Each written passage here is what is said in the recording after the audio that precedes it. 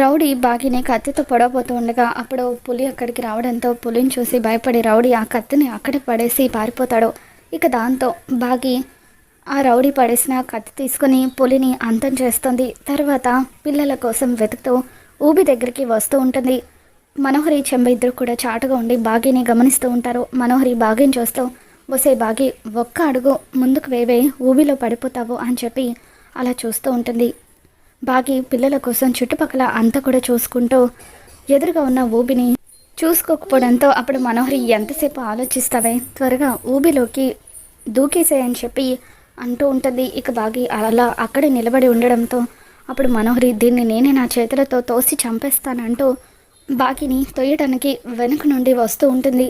అలా చేతులు బాగిని తోస్తున్నట్టుగా పెట్టి మనోహరి బాగికి దగ్గరగా రావడంతో చెంబ వాళ్ళిద్దరిని అలా చూస్తూ ఉంటుంది. మరి బాగిని మనోహరి బారి నుండి ఎవరు కాపాడతారో ఏంటో మళ్ళీ మన ఛానల్లో తెలుసుకుందాం. ఈ వీడియో మీకు నచ్చినట్లయితే తప్పకుండా లైక్ చేయండి.